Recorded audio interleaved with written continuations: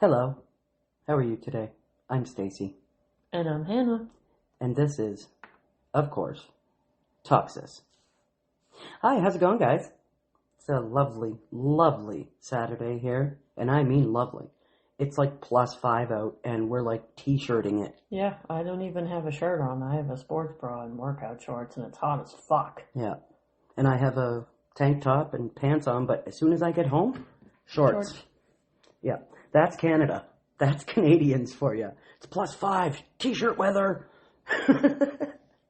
But yeah, anyway, so first and foremost, we want to say rest in peace to Catherine O'Hara. Yeah, so sad. She's so funny. Oh, so funny. And a fucking Canadian iconic legend. Mm-hmm. I remember her, well, yeah, I remember her, but I remember watching her on SCTV. And man, she was funny. Home Alone, so funny. Schitt's Creek. Mm-hmm. I've only seen clips of that, but I really want to start watching it, but I have so many other shows on the go that it's just getting time for it, you know? I don't have a lot of shows on the go, but I fell asleep last night and didn't watch the second half of SmackDown, and Royal Rumble started, I don't know, 2 hours ago, so I'm really behind, and I have schoolwork. Yeah. Too busy. Don't have time. Next year. Next year, yeah. Yeah. I did start watching Bridgerton again because there's another part coming out and I wanted to refresh myself. That's a good show. Never seen it. Oh, man. The Duke in the first season? Oh. I watched the kidnapping of that Emma Smart or Elizabeth Smart. Elizabeth Smart, yeah. That was rough. Yeah, that is a rough one. I think we're going to cover that at some point. That was rough, yeah.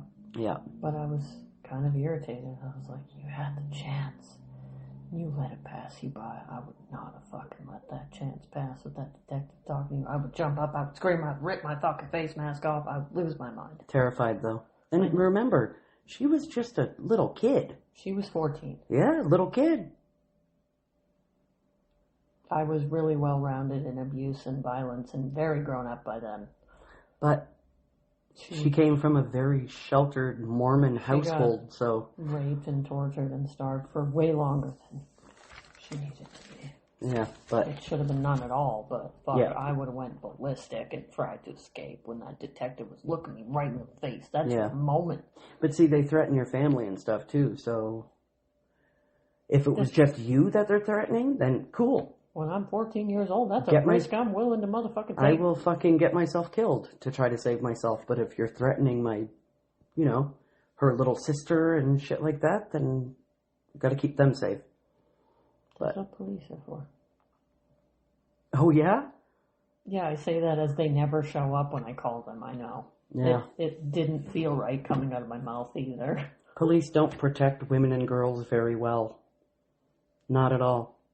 Anywhere in the fucking world. I don't care where you live in the world. Mm-hmm. This is a misogynistic fucking regime globally. Mm-hmm. That's pretty true. Yep. But anyway, enough about my likes and dislikes. I'll just leave it there. What's new with you? No, nothing. I just overachieved my first report and drove myself fucking crazy all week. She's an overthinker, guys. Big time. It's real bad. And I explained to her that that's the only thing, because she's very smart. You're very smart, Hannah. The only thing humble. that will stand in her way is her. Because she overthinks everything. Mm-hmm. Like, down to text messages. Somebody sends her something and she's like, well, what did that mean? What tone was that in? And she'll overthink it for days until she talks to the person about it and the person was like, I just meant, what's up, fucker? You know? Like. Yeah. And then it's like all that energy. Yep. Expelled. And then there's me. On nothing. No fucks given. I don't care. Text me you fucking hate me and I'll be like, thanks. I thrive on that shit. Bye, bitch. But yeah, so Talk to my... passed all his courses. Ooh, yes. Her 16-year-old son. Yep. Passed everything. Yep. And it was questionable Good because boy. science was a 20 and he got that some bitch up to a 55. He put in a lot of extra effort, a lot of extra studying, passed every class. And he's extremely smart too. He's just lazy. He's a 16-year-old kid. Or boy, I should say. Who's fucking lazy. It's pretty generic. He's not abnormal. No. So second semester starts next week. I get him back on Wednesday. Good. Good. I talked to my sister Kate in Australia. Everything is going good with her. She just bought her first house. Houses over there in Perth. She bought an apartment. And it's like $400 grand. What the fuck? Yep. Yep, because Perth is it's like the smallest big city. Mm. And so everyone's sort of on top of one another, kind of. So if you want to buy a house, you got to live way on the outskirts. And she could have done that. She could have got a house for $400,000, but then she would have been really far from work, and she doesn't want to do that fucking travel time. Yeah. It really doesn't make sense. And it's not like it's not resellable because people are always looking to buy apartments. Well, yeah, and she doesn't seem like the type who wants to do a whole bunch of yard work and house maintenance, so I feel like an apartment's probably a better choice. Oh, big time. Yeah. She's too busy working and living life and enjoying life and traveling. She's not going to want that kind of commitment. Exactly. If she bought a house, she would hire someone to come and mow her lawn and all that shit. Yeah. Why bother if you don't need Or if she was married or something, the husband would be doing that shit. Yeah. Yeah. But apparently everybody knows me over there intimately. Yeah. All her friends and shit. So that's... How could they not? Kind of odd. But yeah, they know that I love serial killers. And the Beatles? And the Beatles. Yeah. That's quite the mix-up, but yeah. Yeah, it's really random and backwards. And let me rephrase that. I don't love serial killers. I hate the motherfuckers, but I'm fascinated by them. We are fascinated by crazy. Yeah. Yeah, crazy is quite fascinating. Because people who are crazy don't know that they're crazy, and that's just crazy. Mm-hmm. So. They don't realize they're crazy. In the book, I'm almost done. I got like 40 pages left. So it turns out the guy that was kidnapping the prostitutes and the babies and drowning... Spoiler alert, guys. So. Yeah, well, this book is like fucking 2012, so spoiler alert, fuck off. The guy that was kidnapping the babies and the prostitutes, it turns out he had multiple personality disorders, and he didn't even realize he was doing it. Right. So he was missing time. Happened? Well, he didn't even know why in the first place why he was doing it. So not only was he missing time, he doesn't even know his own childhood. So he's a detective. Yeah. He's a cop. Ooh. And he doesn't realize the reason he's kidnapping prostitutes and babies is his mom was a prostitute for drug money. When he was 2 years old, he wasn't abused, but when he was 2 years old, his father, they had gotten sober, like she gave birth to his younger siblings, 2 twins, a boy and a girl. Right. And she was high on drugs. So they didn't come out very well. Yeah. They had a lot of health issues when they were babies. And so then the parents stayed clean for a year. At this point, he's 2 years old when those babies are born. Wow. I think, maybe 2 years old. And then what had happened is they fell back into drugs, so she started prostituting and working at these massage parlors. Right, rubbing tugs. To make money for their drug habit. And then she was giving them chloroform and preparing the babies for a bath. Preparing the twin babies for a bath while he was watching, and they were supposed to all drink their drink that was going to make them sleepy and ready for the bath.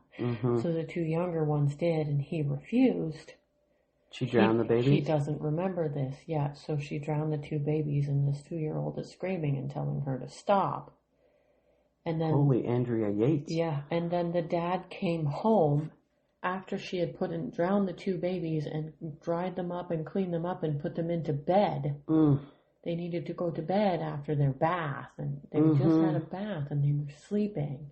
And this 2-year-old boy is screaming, and the dad comes in and sees what she's done and strangles her to death in front of this 2-year-old. So then he loses both of his parents and his siblings all in that moment, and he doesn't remember it, and he thinks His mind protected himself. Yeah, his parents died in a car crash, and he ends up being adopted by a couple. So his other personalities are Kelly, his twin sister, his mom, and Kenny too, his twin brother, all his other personalities, and they're all protecting him, and he is legitimately horrified. So who's the personality that's doing the killing? The other brother. Oh. Kenny too. Right, okay. Interesting. Yeah, so he doesn't even realize it, and he's right now, when the detective just interviewed him, he genuinely was like sobbing and horrified and asked if they would give him the death penalty for what he had done, because he's like, how could I do that? Like, he doesn't even know he's doing it. What state are they in? Washington. I wonder if Washington has the death penalty. So yeah, I'm about 50 pages from done. But it's pretty intense. I wouldn't think Washington would have the death penalty. There's 2 killers remaining, and they're a female and male couple, and they're kidnapping my detective's family one by one as we speak. Wowza. Holy fuck. Pretty intense. Okay. But they saved the 2 babies from being drowned. Good. And one of the prostitutes. Poor prostitutes around the world. Right? Sex workers, man. So rude. God, they get it the worst. Fuck.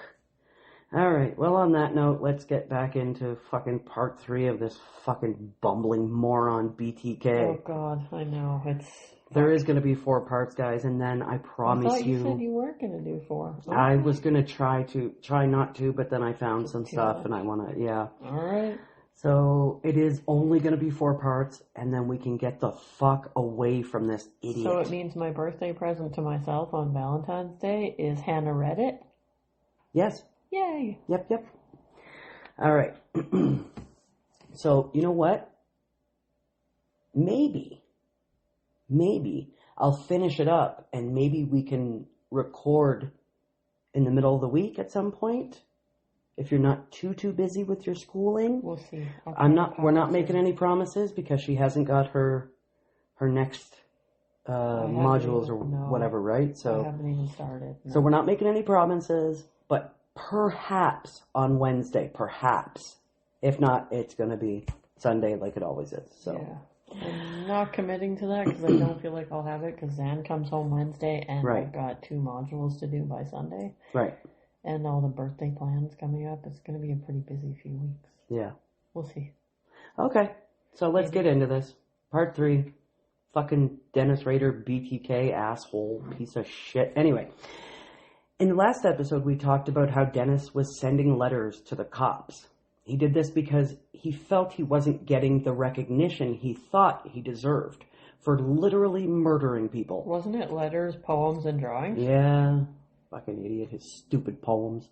He believed he was on the same level as Jack the Ripper or the Zodiac Killer. They were never caught.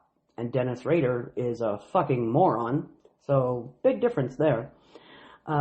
Now, I'm not implying that the above-mentioned killers were special or that we should praise them. I'm just pointing out how Rader was a bumbling toolbox. Psychologists studied his letters, and with all the incorrect use of punctuation, misspelled words, capitalizing letters where they should not be capitalized, the inconsistent cadence of the letters and the poems, etc. The fact that he can't fucking spell anything. Yeah. These psychologists thought that the writer seemed desperate to appear smarter and larger than he actually was. All the errors were his feeble attempt to sound formal and official in an attempt to hide his stupidity and mental illness. Pardon me. His vanity and need to be recognized far outweighed his survival instinct.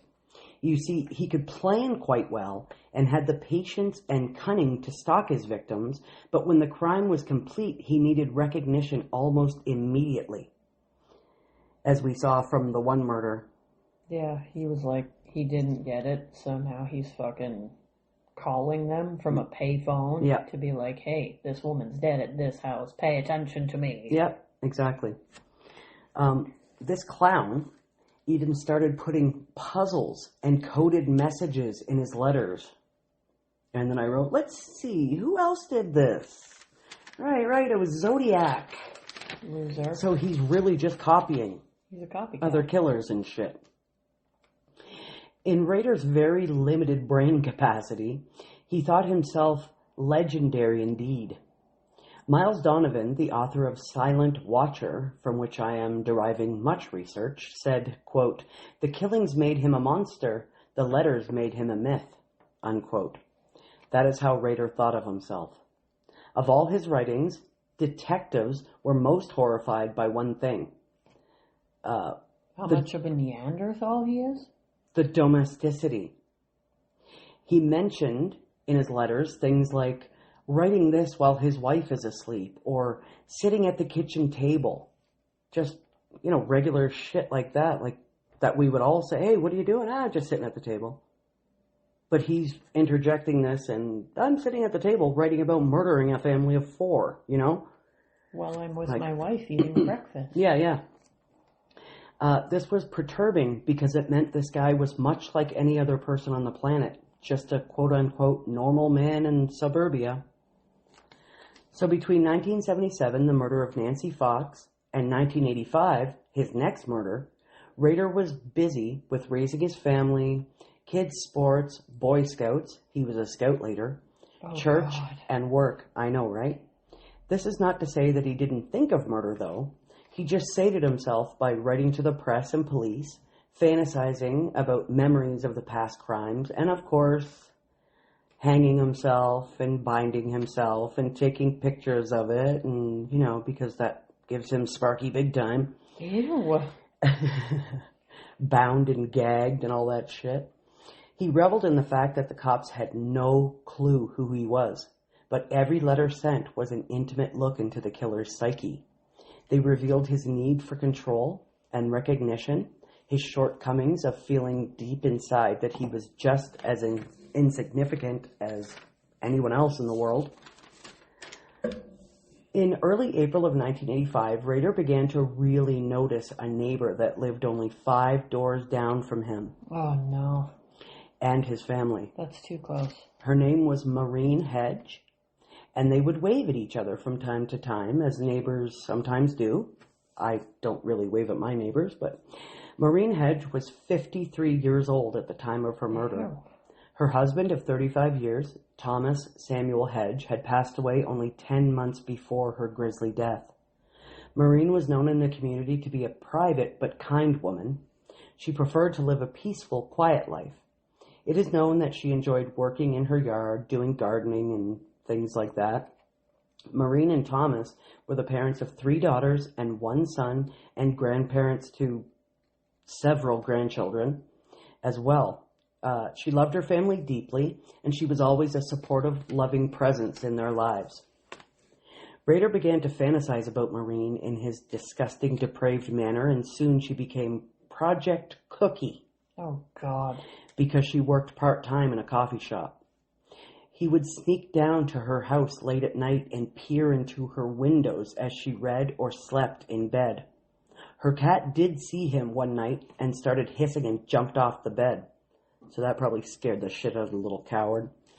Then on Saturday, April 27th, 1985, Rader decided that was the day for Project Cookie. He was on an outing with his son Brian and the Boy Scout troop. So he was camping with the Boy Scout troop.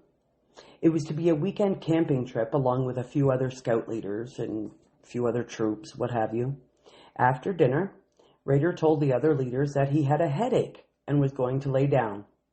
When everyone else was asleep, he left his tent, grabbed his quote-unquote hit kit, which he'd hidden in a bowling bag. His hit kit. Yeah. Wow. Then quickly walked to a bowling alley nearby. He drank half a beer, splashed a little on his shirt, then called a cab. Telling the cabbie he was too drunk to drive and feeling a bit woozy, he asked to be let out at the end of his street. Rader made his way through backyards swiftly and quietly until he got to Maureen Hedge's house. Now, one of the backyards he went through were his in-laws. Oh, God. Because they live in the same street as well. Her car was in the driveway, so he figured she was home.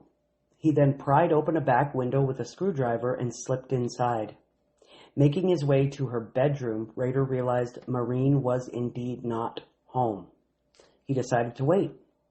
At around 11 p.m., Maureen had arrived home with an unknown man.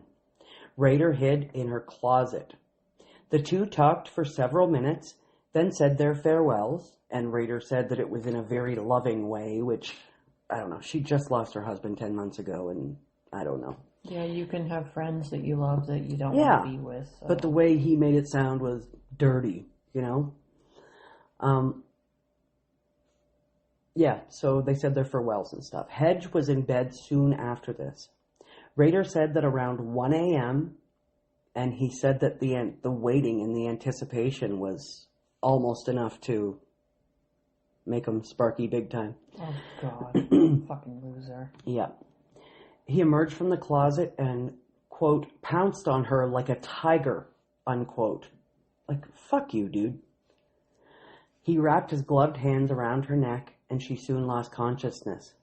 Rader was upset that it happened so fast. He wanted her to see him, to know that he was the infamous BTK killer. Well, then maybe he shouldn't have jumped on her and strangled her to death so fast. Did he not think of that? He wanted to see the fear, you know, because they get off on that.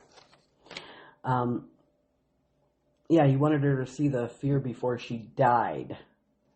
Rader then handcuffed her, put a garrote around her neck, and pulled it taut, but she was already dead. So it was pointless. Yeah. Then the asshole rummaged in her house, looking for a souvenir before deciding on taking her entire purse. He rolled his victim in a blanket and put her into the trunk of her own car. He then drove to Christ Lutheran Church. He drove with her dead body in her own car. Yep. To a church. And brought Maureen to the basement. This was the very church he and his family attended. And he had a key because he did odd jobs around there. Jesus. Rader had already put black plastic on the windows so no one could see any lights on when he was down there, right? And I know I read somewhere else that he would go down there sometimes and do his self-bondage and shit like that. Ew. Like the bottom of a church. I'm not a church-going person. I'm not religious at all. Totally sacrilege. I wouldn't even do that. Like, my belief in God and stuff isn't there, but I'm not doing that. That seems extra weird. Yeah, that's just, ugh. The sick fuck then spent hours posing this poor woman's lifeless body in suggestive poses while tied in various ways. Like, how sick can you be? Then, unless they're alive and we consent, I feel like that's really weird and gross. Just saying. Then, near dawn, he drove Maureen's body about 6 miles away and dumped her in a ditch, covered her with leaves, then dumped her car another 6 miles away at a mall. However, before leaving the body, Rader left a pair of knotted pantyhose. Then he went back to the camping area and began to make breakfast for everyone. He was camping with his fucking son and the Boy Scouts when he did all this. Oh my God. That is so fucking sick. And then he just went back and started making breakfast like nothing happened. Ugh. I couldn't go kill a woman and pose her body like a freak and then just go back to camp like, hey, what's up? Does anybody want some eggs? Yeah, right? And it did say that too, specifically that he started making scrambled eggs. Oh God, I didn't know that. So. Yeah. Ooh, I don't know if that means anything. It's just gag-worthy, I guess. John Douglas, esteemed FBI profiler, felt that Rader changed his M.O., modus operandi, thank you very much, in order to try to fool the authorities into thinking that this was not a BTK crime. Douglas surmised that Rader may have known that bodies found in the outdoors were much more difficult for law enforcement to collect and process possible evidence, right? Obviously. Usually. Adverse weather will wash away evidence, and decomposition can happen at a faster rate. Well, yeah, you can't You can't predict the weather. So Exactly. anything can happen. Not to mention wildlife and insects that can begin to devour the victims. And insects will get to the body way quicker than if it's in a house, right? If it's in, not a house, but, you know, an enclosed area. For a year and a half, Rader basked in the memory of his latest victim. I put lasted victim. This is what happens when I start writing too fast. Yep. Yeah. He was elated that he'd killed someone so close to his home, and no one even suspected him. So you just know this motherfucker is walking down the street or driving down the street, looking at the house, and just... He thinks he's amazing, and he's a total shitbird. Yeah. Yeah. He thinks he thinks he's smarter than the cops. You know, smarter than detectives, smarter than the FBI. He's just... Ugh, I hate him. So, Vicki Waggerly was born on August 27th, 1950 in Wichita, Kansas. She was raised there and started her own family there as well. Vicki was a kind, warm lady with a loving spirit. She and her husband, Bill Waggerly, shared 2 beautiful children. Pardon me. I almost burped out loud, guys. Sorry about that. Beautiful children whom Vicki doted on. Vicki was known as a strong, determined, creative woman. She was extremely talented on the piano, and she gave lessons in order to bring more money into the home because she was a stay-at-home mom. A loving, stable home for her kids was Vicki's ultimate goal in life, which is... A real parent. Yeah. Way. A good parent, anyway. Yeah. In early September of 1986, Dickhead Rader parked his work truck on West 13th Street in Wichita to eat his lunch. He spotted Vicki Waggerly and immediately became fixated on her. And this is... Was she beautiful? Was there a particular reason? Or she just happened to be around at the time when he was sitting and eating his lunch? Beauty had nothing to do with it for him. Yeah, it didn't seem like it. His victims are really random and don't make sense. But all of his victims were, they weren't ugly. They were good-looking ladies and family, and even the older ladies, they were, you could tell at one point they were pretty women. But, we are going to be posting some pictures, so... he spotted Vicki Wagger, and immediately became fixated on her. So at this time, he had many other, quote, projects on the go, but Vicki Waggerly, for some reason, he became fixated on her. Like immediately. Yeah. After, stalking these other women and stuff. I don't know how do they choose? You know what I mean? That's one of the mysteries. Well, like I said in that book, he was choosing prostitutes that resembled his mom and babies just because they were babies, not because they specifically were twins or anything. He was just reenacting something he didn't even remember. But this guy, Rader, his victims are all different ethnicities, different ages, different colored hair. It's odd. Yeah, He's not sticking to one pattern. Tuesday, September 16th, he decided to strike. It was literally midday. On a Tuesday. And he pretended to be a telephone repairman. Oh, God. He had glued a Southwestern Bell logo to a yellow hard hat and wore a name tag that he made from some old business card that he found somewhere. First, he went to a neighbor's house and pretended to check the phone line outside. Then he went to 2404 West 13th Street. That was her address, Vicki's address, where 28-year-old Vicki lived. He explained that there was a phone line problem and could he come in to check the line. Reluctantly, Vicki let him in, and she was watching him like a hawk the whole time. Dennis noticed that her 2-year-old was playing on the floor. Her 2-year-old son. Oh, God. Please don't kill the kid. He pretended to fuck with the phone for a couple minutes. Then he produced his gun and told the frightened woman that he would not hurt her or her baby. Waggerly began crying and told Rader that she was on her period. just trying to deter him, right? When he ordered her to go to the bedroom. Vicky also stated that her husband would be home any minute. This did not deter Rader. He said he had to tie her up because he wanted to take pictures of her. She told him he was sick and that he needed help. Vicky went on to say that her neighbors had seen him and she refused to get undressed when he ordered her to. Oh, God. She's a fucking fighter, this bitch. I love her. Rader felt his control waning, of course, because he's an idiot. So he looped a cord around her neck and pulled it tight. Her scream was abruptly cut short. Then the cord snapped.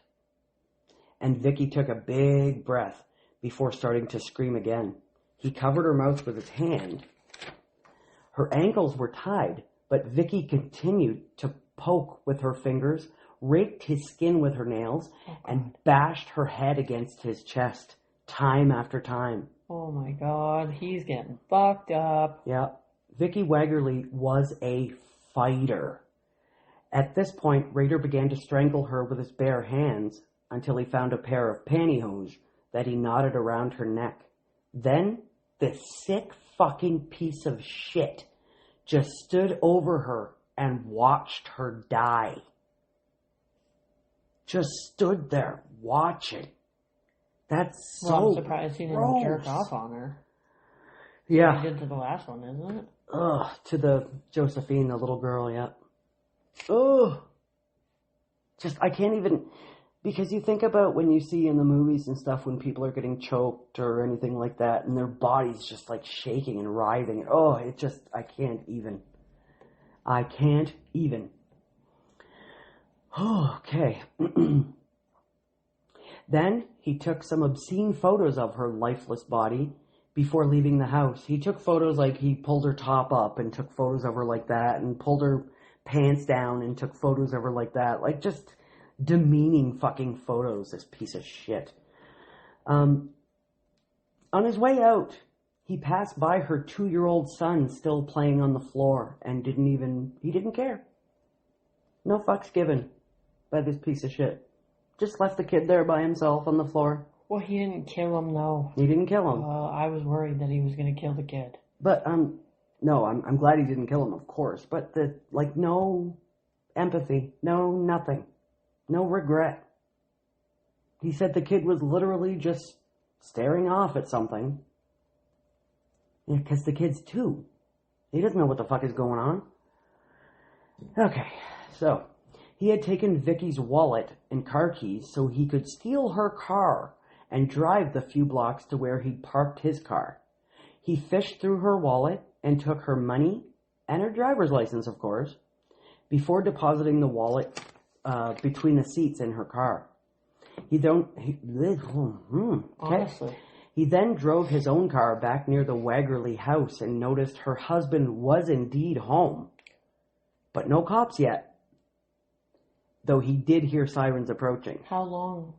This was probably, I'm going to say, probably 10, 15 minutes. Okay, so he got home just in time. She wasn't making that shit up. Yeah. Yep. Remember, it was midday. He was probably coming home for lunch or something. Possibly. He'd made some notes on loose leaf paper. And as he drove over a bridge, a few papers flew out the passenger window. Oh, no. Okay? Now this fucking moron, instead of getting out and retrieving them, he just drove back and forth, hoping the wind from the car would blow them over the side of the bridge. He later wrote in his journal, "Gee, I hope the cops don't find them." Is he fucking retarded? Yeah. You're serious? He really fucking is. Oh my God. Yep. He's a fucking moron. Wow. Okay, yeah. So that is his next 2 kills. There's 2 more kills to go. So the next 2 brings us to 8, because we left off at 6. Yeah. So we're at 8 now with these 2. And he's got 2 more. Oh. Yeah. Wow. I was running out of paper, too, so I'm like, holy fuck. I don't know if you'll want to... This is a brain session between 3 profilers that I'm going to talk about now. That's fine. So I don't know if you have to write more. I got more room here on the bottom, and then more room here on the side, and then more on top. See, guys? She doesn't even want to use another piece of paper. Nope. And she won't write on the back of a paper. Nope. So she's just got I just notes keep everywhere. until I run out of space. She's like fucking Eminem. There's just little notes everywhere. We got to take a picture of one of your things and post it. Yeah. I ran out on part 2. Let's see if I ran out on part 1. Yep. There's just notes in the fucking margins and on the top, and you're crazy. I'm pretty meticulous about my crazy. You're crazy. Okay, let's get started. All right, so this was I like to call it a brain session, in 1984. So it was before these murders that we just talked about, okay? Mm-hmm. And it's between John Douglas, Roy Hazelwood, both legends, and Ron Walker, who at this time was just training to be a profiler. But he had been an FBI agent for a long time. So this is John Douglas talking. Here's where I'm at with this guy. Back when he started in 1974, he was in his mid to late 20s. It's now 10 years later, so that would put him in his mid to late 30s. And Walker asked, how do you come up with that figure? And he said, I started with the age of 25 because that's what our research is finding to be the median age when most of these guys start killing. So it's just based on a median guess. Right. Then I tacked on a few more years because of the level of criminal sophistication evident in the Otero murders and his apparent knowledge of police and criminology. Did you just say sophistication? Yeah, only because at that time he didn't leave much evidence and he knew to tie them up. Because he had to go back for it in his own fucking car. They don't know that yet, though. So, Jesus. Okay. Sorry. If you haven't already, you guys should check and see. Okay, there's 2 detectives from Wichita in the room as well, okay? If you haven't already, you guys should check and see if Nancy Fox's driver's license had her picture on it. If it did, it seems logical to assume that he took it as a type of trophy to help him relive her kill later. Okay, so he is taking driver's licenses trophies. Yep. If not, perhaps he removed it in order to have enough facts on hand so he'd have something to read to the police dispatcher. If this is all a game to him, he's doing it to fulfill his ego. It's a challenge thrown at the police. His victims are all so different. He may have a preferential victim, but when it's time to go on the hunt, the person he hits is the first one to come into his sights. The significance for him in his ability to get away with the crime and flaunt his skills. The only torture I'm seeing with his kills is psychological torture.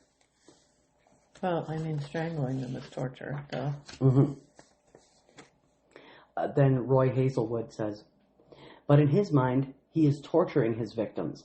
That's why he uses the bags. He wants to see the terror in their eyes as he places it over their heads.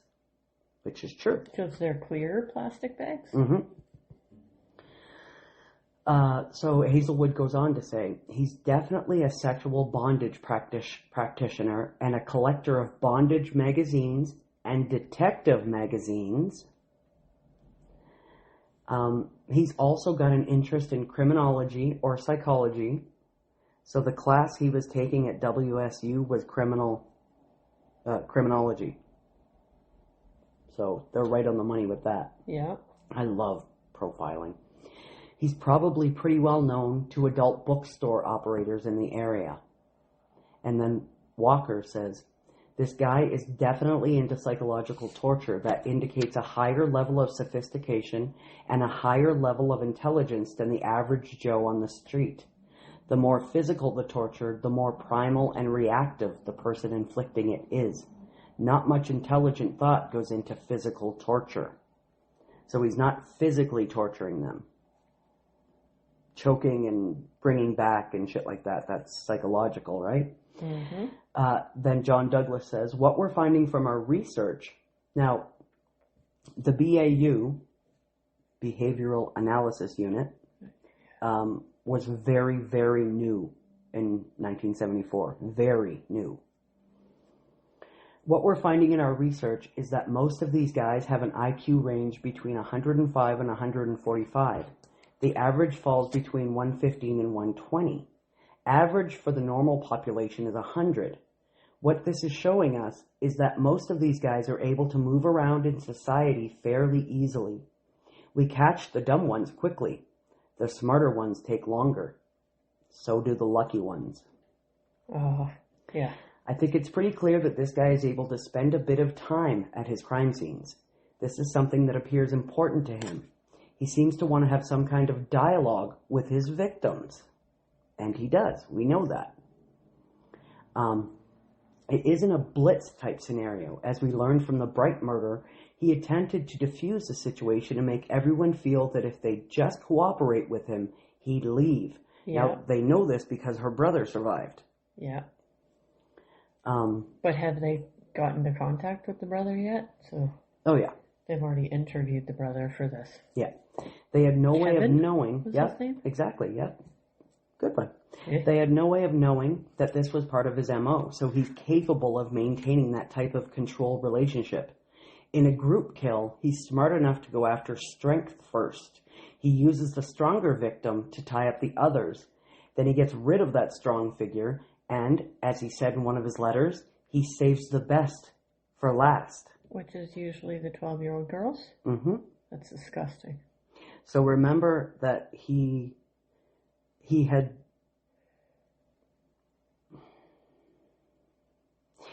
said that he was going, I don't want to give away too much for the end, but he had said with the Otero murders that he was going after Julie, the mother. And then he saves the best for last. He spent most of the time and did the worst with Josephine. With the 12-year-old girl, Josephine. So he was actually after her, but he's telling everyone, because killing a child, nobody looks kindly on that. In prison, he didn't try to kill any of the boys either, and he avoided the boy children. Yeah, except for at the Otero house, because he had to get rid of all of them. Well, because that turned into a mess. Yeah, that one, he botched that really badly. So with the second one, he didn't, or with this 7 and 8, he didn't touch the boy. Yeah. And going to prison, prisoners don't look kindly on other prisoners who go after children. They don't look kindly on rapists either. Right. He doesn't rape any of them. No. So he says he's going to and says that's his motive, but it really isn't. But that's not what gets him off. He jerks off on them after they're strangled. Yeah. Or while they're strangling. Yeah. It's weird. So he wasn't actually after Julie. He was after Josephine the whole fucking time. So these other women don't have female children, though. So what's the motive? He just got distracted by them and can't get away from it and has to do it anyway? Remember, I don't know. He just focuses on a victim.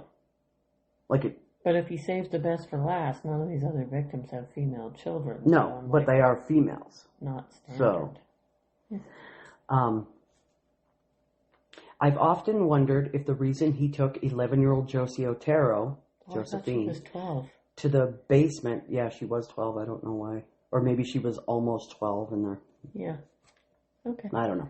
To the basement was that she'd begun to get hysterical and loud after seeing her family killed. He was taking a chance by forcing her down there, but he may have been losing control of her at that moment and was concerned about the neighbors hearing her.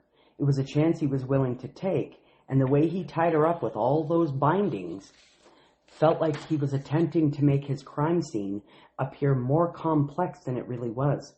It was his way of turning it into an Ellery Queen mystery, which, I don't know, just an author, I guess, forcing detectives to waste their time and scratch their heads asking, why would he do this? Now, this was them just, putting shit out there to see, throwing shit out the wall, see if it sticks kind of thing. Yeah. We know, because we've covered that murder, he took her to the basement because he wanted to hang her. Then Walker says, the fact that we didn't see any signs of penetration or any clear sign of fondling says we're looking at a guy who has an inadequate, immature sexual history. Which he didn't really have much luck with the ladies until he met his wife. Obviously, he's a loser. And he's probably, this is just me Awkward as saying, fuck. he's probably got a tiny dick. He probably Just does? saying. We don't know? We don't know. No. Her bra was probably cut in order to expose the breast for voyeuristic kicks rather than touching. And he did touch her breast once, but it's not like he was like, ugh, this just makes me sick. Yeah. It's not like he was like groping and shit like that. Okay, enough about that. Yeah, I'm just... Gross. Bleh. Yep. The words coming out of my mouth, I want to cut out my own tongue. There's just so much... Yeah. There's just so much emphasis on substitute sex with this guy. I think we should be looking at a lone wolf type of personality. And as we saw in past ones, in his writings, he calls himself a lone wolf. Yeah. Fucking idiot. Does he spell it right? He does, actually. Does he spell it Loan? That would be amazing. I would love if he did that. It probably would happen. Ugh. But he's not alone because he's shunned by others. It's because he chooses to be alone. His social and sexual life will reflect this. He wants to be alone. He can function in social settings, but only on the surface. And that's true. So I'm going to let you know right now, he didn't have a lot of friends or anything like that. Well, no shit. Groundbreaking, really? He had his work buddies, but they never really got anything out of him. You know, he didn't talk about his personal life or anything like that. So then Hazelwood says, this guy is a sexual sadist. He's sexually inadequate, but he will have relationships with women. To a sexual sadist, the act of sex isn't important.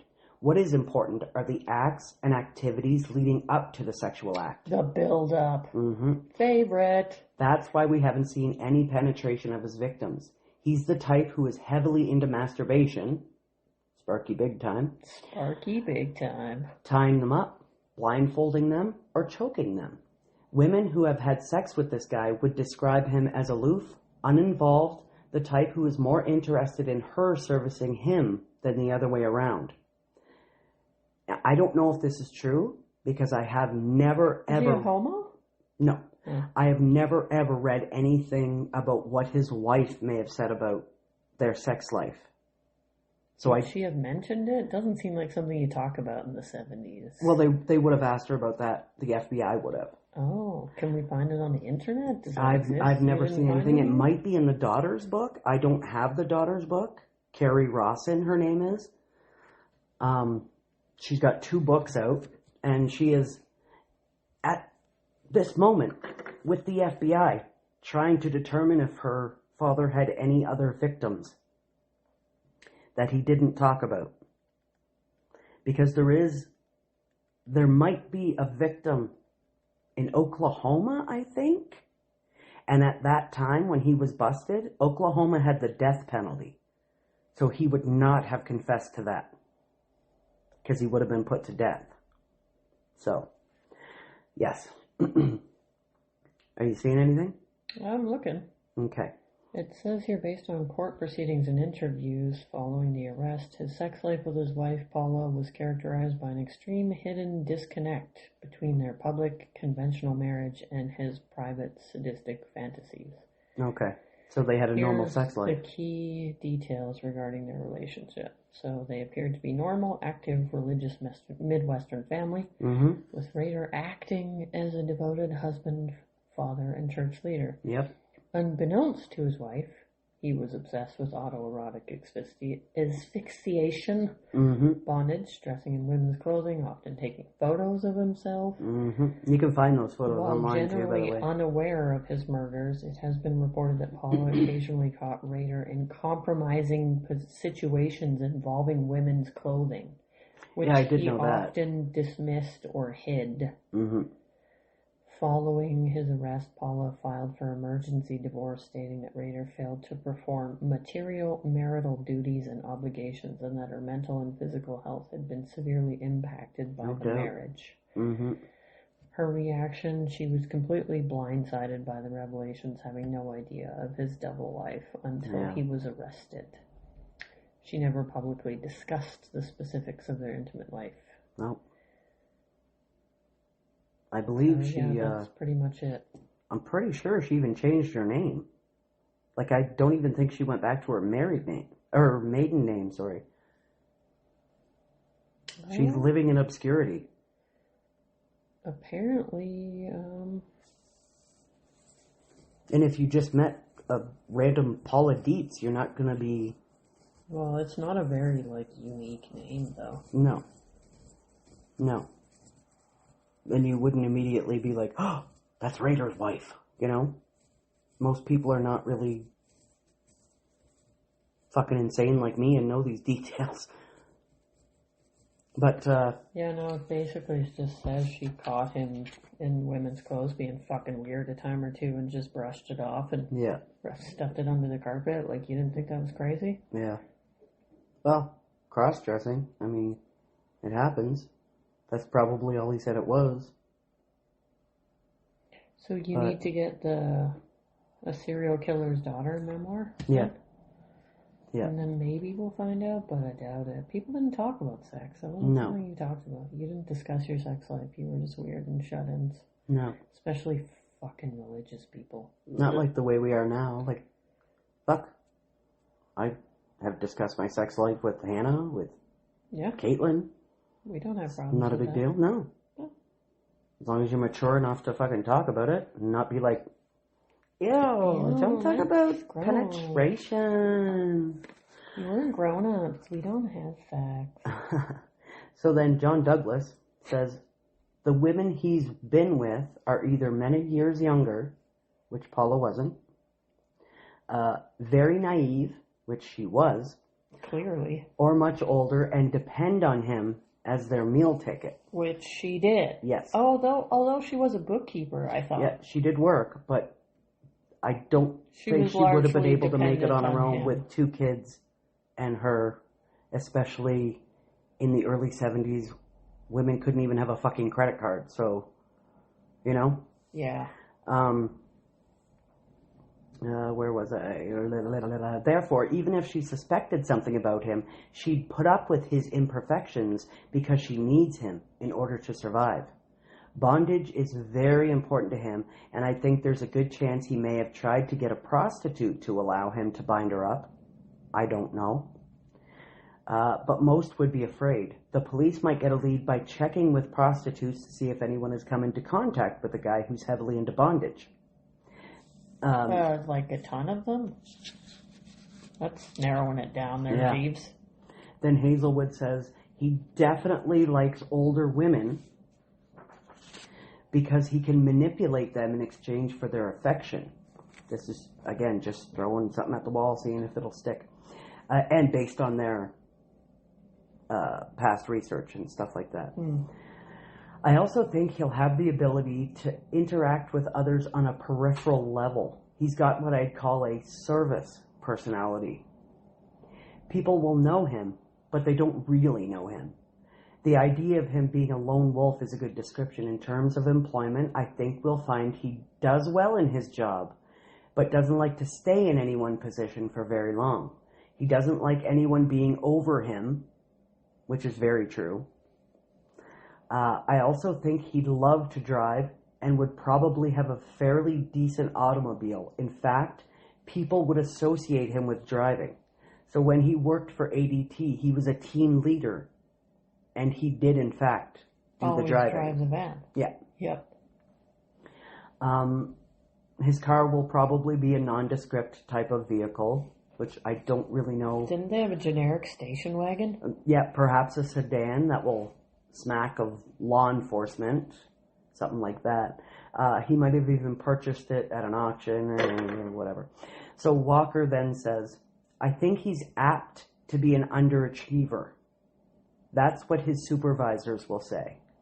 Now remember, in school, he did what was asked of him and that was it. And nobody paid attention. Right. He was non-existent. Exactly. Yeah. They'll tell you he's a smart guy who has the ability to do better than he's doing, but he refuses to work up to his potential on the job. The reason is that he probably feels he's better, more intelligent than his supervisors. Why should he bust his ass when he's smarter than his boss?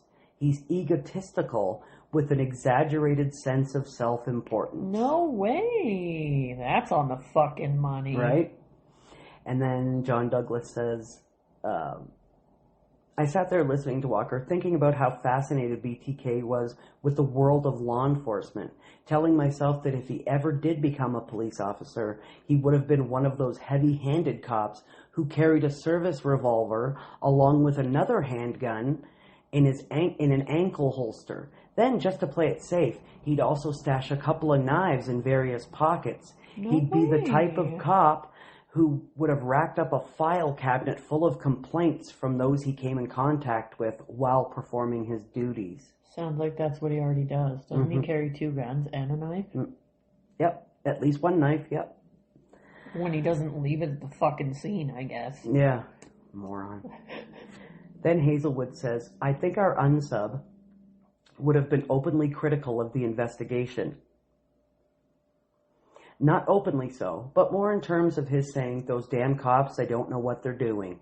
He holds the police in disdain because they've been unable to solve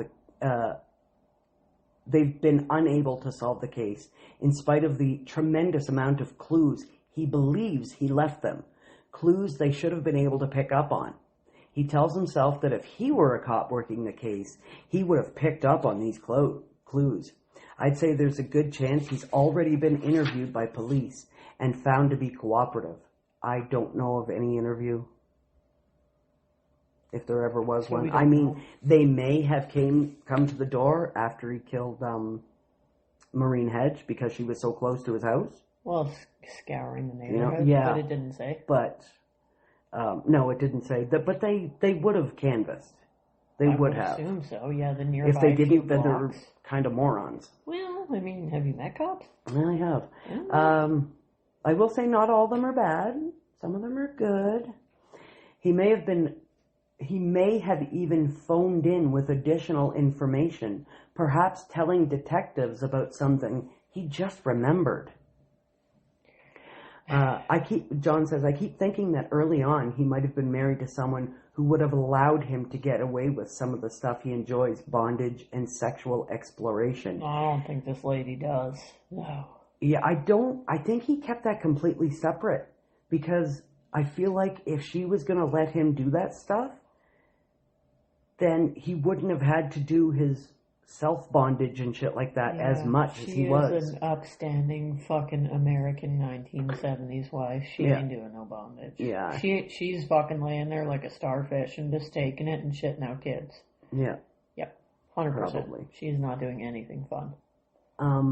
So Hazelwood says when they're married, sexual sadists will act out their fantasies on their spouses. They can't control it. They have to be in control. When they're dating, they're often very charming, manipulative, and very attentive. When having sex, they may act out superficially, asking things like, can I hold your arms? Do you mind if I tie you down? So he may have been doing that. Can I hold your arms, above your head or what? Just to get that itty-bitty little sense of control? Yeah, maybe. But after they get married, they get into it heavily. One option might be to take the list of suspects and find out who is divorced. They think he's divorced. Then interview the ex-wives to find out about their ex's sexual sadistic activities during their marriage. But we know he's still married to her until he gets arrested. Right.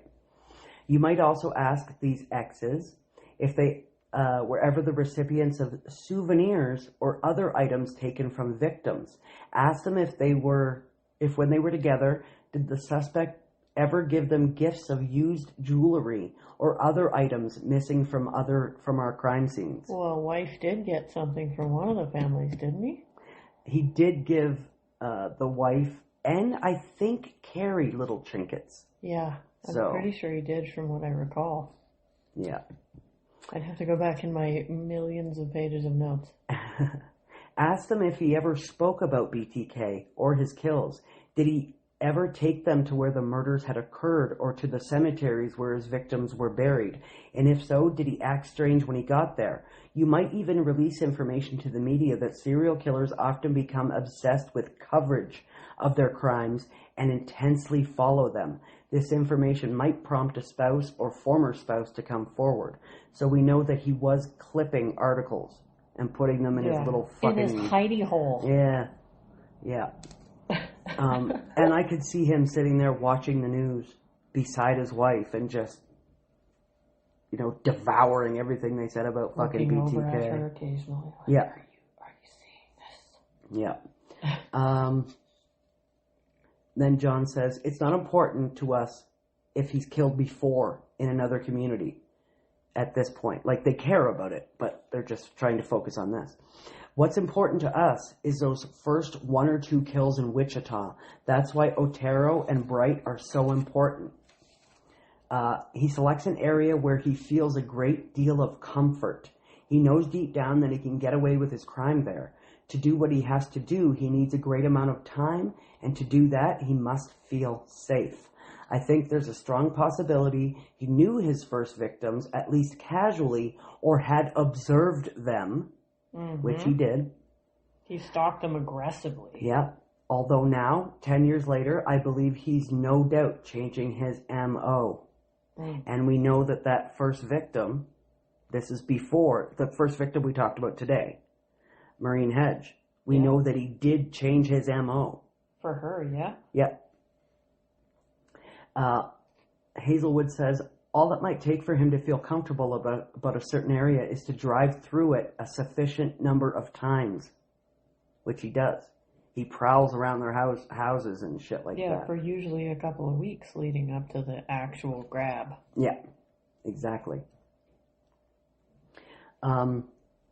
With the breaking and entering type of mentality, they select an area where they always feel in control. Now remember, he works around Wichita too, so he knows Wichita very, very well. Well, and he was canvassing in a work vehicle and having his lunch. Yep. So yep. We know he canvasses while he's working too, and stalks people. Yep. Walker says the reason he was so successful with the Oteros is that he played out these bondage fantasies before, most likely with a prostitute. It wasn't a prostitute, it was with himself. Yeah. He's got a very rigid, methodical personality, which is true. Fuck. It's possible that the Oteros were his first non-consenting victims, but he'd already played these acts out in his mind over and over again, which we know he did. For many years, he was just relying on doing it to himself, drawing things, writing things. So when he walked into that house, he knew exactly what he was going to do. He planned on his victims being passive. The mere threat of a weapon, he believed, may have been enough to overcome victim resistance. Mm-hmm. If the Oteros were his first kill, look at Bright and determine if there was, if that was out of character from his other cases. He may have felt so successful on his first murder that he was surprised when confronted with resistance on his second one. And he was. That's how Kevin got away. That fucking thing totally. Because isn't that the Kevin one? That's how he got away. Yep. And that was his second one. So that was supposed to be murder 5 and 6, but it turned out to be 5, and then he ran away and he got another lady for 6. Yeah. And didn't kill the kids. Yeah. Because there was there was 3 kids. 3 kids, yeah. Yep. Yeah. Hazelwood says this guy has been fantasizing about sadistic acts since he was a young child. Oh, he sure fucking has. He had fun at the Oteros, and the reason he didn't shoot anyone is that he likes to have hands-on kills where he can choke, suffocate, and strangle. He used a weapon just to control the Otero family, not to kill them. Mm-hmm. Walker says, if we want to see what happened to the Otero household, just look